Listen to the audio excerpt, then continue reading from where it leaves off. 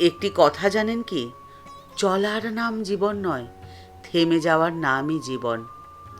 কথাটা ভারী অদ্ভুত, উল্টো শোনাচ্ছে তাই না? একটি ছোট্ট উদাহরণ দিচ্ছে।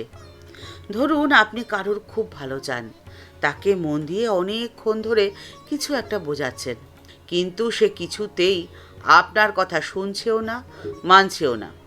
উল্টে সে আপনাকে এমন একটা কথা বলল যাতে আপনি অত্যন্ত ক্রুদ্ধ হয়ে গেলেন এবং রেগে গিয়ে বেশ কিছু কথা আপনি তাকে শুনিয়ে দিলেন।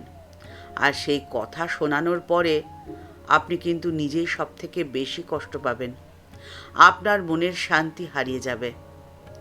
এখানটায় আপনাকে থেমে যেতে হবে। এই থেমে যাওয়ার মধ্যেই আপনার জীবনের আনন্দ লুকিয়ে রয়েছে, আপনার জীবনের ভালো থাকা, চাওয়া পাওয়া সমস্ত কিছু রয়েছে। আর আপনি কেনই বা থামবেন আর কীভাবেই বা থামবেন, সেই শিক্ষা দিয়ে গেছেন স্বয়ং শ্রী মা সারদা দেবী। শ্রীমা বিশেষভাবে কোনো বাণী দিয়ে যাননি, তিনি যা দিয়ে গেছেন তা আমাদের নিত্যদিনের আচরণের শিক্ষা। তার জীবনের মধ্যে দিয়ে তিনি আমাদের শিক্ষা দিয়ে গেছেন।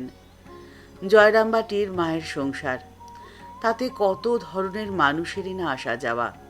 মায়ের কাছে কত রকমের মানুষ আসতো, তাদের প্রত্যেকের প্রকৃতি আলাদা, প্রত্যেকের চিন্তা ভাবনা আলাদা। কেউ খিটখিটে, কেউ অবুঝ, আবার কেউ বা অত্যন্ত স্বার্থপর হিংসুটে। প্রত্যেকেই মায়ের কাছে আসতেন, তাদের মনের কথা মাকে বলতেন, কিন্তু মা কখনো কাউকে পাল্টাতে যাননি। নিজের ভাবনা চিন্তা কখনো তাদের ওপরে চাপিয়ে দিতে যাননি। তাদের সমস্ত ভাবনা চিন্তাকে মা গ্রহণ করতেন, গ্রহণ করে মনের এক কোণায় ফেলে রেখে দিতেন। মায়ের হৃদয় যেন এক বিশাল বড় দিঘি।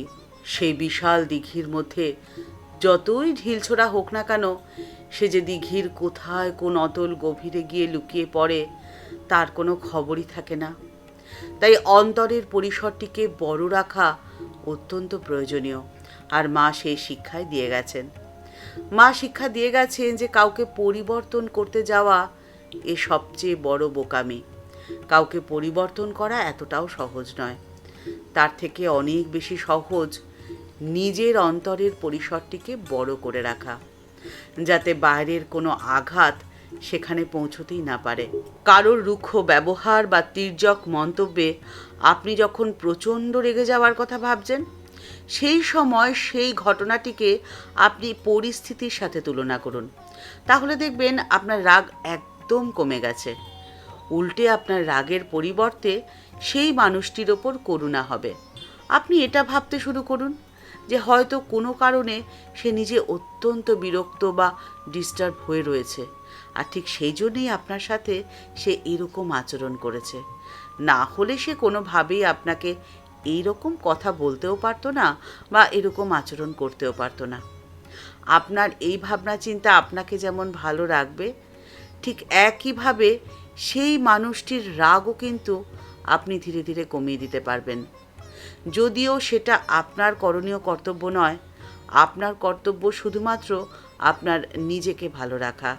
আর এর জন্যে আপনি আপনার নিজের মনের শান্তিকে, নিজের ভালো থাকাকে অন্যের আচরণের ওপরে কখনো নির্ভর করতে দেবেন না, যে কাজটি শ্রীমা সারদা দেবী নিজের জীবনে কখনো করেননি।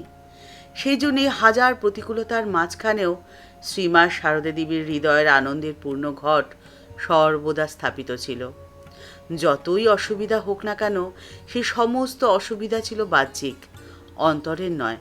কারণ মায়ের অন্তরের পরিসরটি ছিল এতটাই বিশাল বৃহৎ যে সেখানের তল পাওয়া এত সহজ ছিল না। ঠাকুর শ্রী রামকৃষ্ণ পরমহংসদেব বলে গেছিলেন, সাধনার জন্যে নির্জনতা প্রয়োজন, মন, বন আর কোণের দরকার।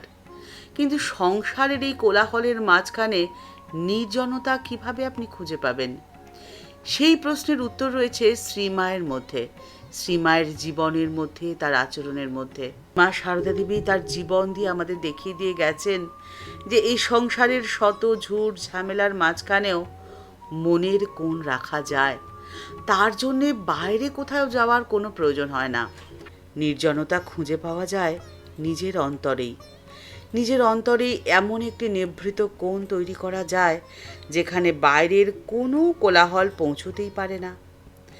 কথা দিয়ে নয়, শান্ত থাকার মধ্যেই রয়েছে জীবনের সার্থকতা। নিজের শান্তিকে কোনো কারণেই নষ্ট করতে না পারার ক্ষমতা সকলের আসে না। এর জন্যে প্রয়োজন ধৈর্য, ক্ষমা। আপনি যখন কাউকে ক্ষমা করেন তার মানে এটাই আপনি নিজেকে ক্ষমা করছেন। আপনি যখন কাউকে দয়া করছেন তার মানে তো এটাই দাঁড়ায় আপনি নিজেকে দয়া করছেন। কারণ অশান্ত মন নিয়ে আর যাই হোক না কেন, আপনি কোনোভাবেই ভালো থাকতে পারবেন না, শান্তিতে থাকতে পারবেন না। আর ঠিক সেই জন্যেই বলা হয় ক্ষমা পরম ধর্ম। কারণ বিচার করার যেমন কোনো অধিকার আপনার নেই, বিচার করার কোনো ক্ষমতাও আপনার নেই। আপনার দৃষ্টিতে স্বল্প, দীর্ঘ পরিসরে আপনি কোনো মানুষকে বিচার করতেই পারবেন না, সেই যোগ্যতা আপনার মধ্যেই নেই। তাই অযথা সেই ঝক্কি আপনি কেন নেবেন বলুন তো? বিচার করার যার কাজ তাকেই করতে দিন। আর এই কথাটি আপনি নিশ্চিত জানবেন, তার বিচারে কোনো ভুল হয় না। একেবারে কড়ায় গণ্ডায় সমস্ত হিসাব তিনি ঠিক বুঝে নেন। তাই এ ব্যাপারে আপনি একেবারে নিশ্চিন্তে থাকুন। আর ঠিক সেই কারণেই আপনাকে থামতে হবে। আপনি যদি নিজেকে ভালো রাখতে চান তাহলে আপনাকে থামতে জানতে হবে। সমস্ত কথার উত্তর আপনি একেবারেই দিতে যাবেন না। প্রতিক্রিয়া তো নয়ই, কারণ আপনার দেওয়া প্রতিক্রিয়া আপনার কর্মফল হিসেবে আপনাকেই ভুগতে হবে।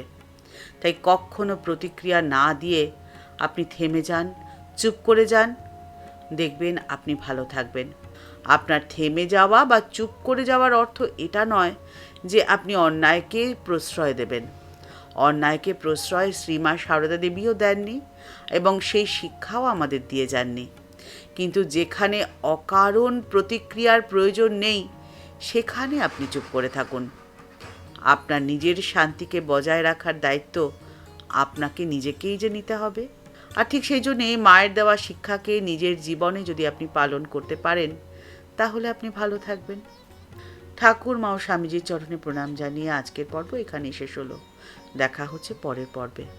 ভিডিওটি ভালো লাগলে লাইক বাটনটি প্রেস করে দিতে পারেন। আর এই চ্যানেলটিতে নতুন এসে থাকলে চ্যানেলটিকে সাবস্ক্রাইব করে বেল বাটনটি ক্লিক করে দিয়ে অল বাটনটিতে ক্লিক করে দিন। আর ইতিমধ্যেই আপনি যদি এই চ্যানেলটিকে সাবস্ক্রাইব করে থাকেন তাহলে জানাই অসংখ্য ধন্যবাদ, ভালোবাসা ও প্রণাম। এই ভিডিওটি আপনার যদি ভালো লেগে থাকে তাহলে অনেকের মধ্যে শেয়ার করে দিতে পারেন। আর আপনাদের মূল্যবান মতামত কমেন্টস বক্সের মধ্যে জানালে আমাদের ভালো লাগবে। আরও কী ধরনের ভিডিও এই চ্যানেলে আপনারা দেখতে ভালোবাসবেন সেটি যদি কমেন্টস বক্সের মধ্যে লিখে জানান তাহলে সেই বিষয় নিয়ে ভিডিও বানাতে আমাদের প্রচেষ্টা থাকবে। ভালো থাকবেন। দেখা হচ্ছে পরের পর্বে। নমস্কার।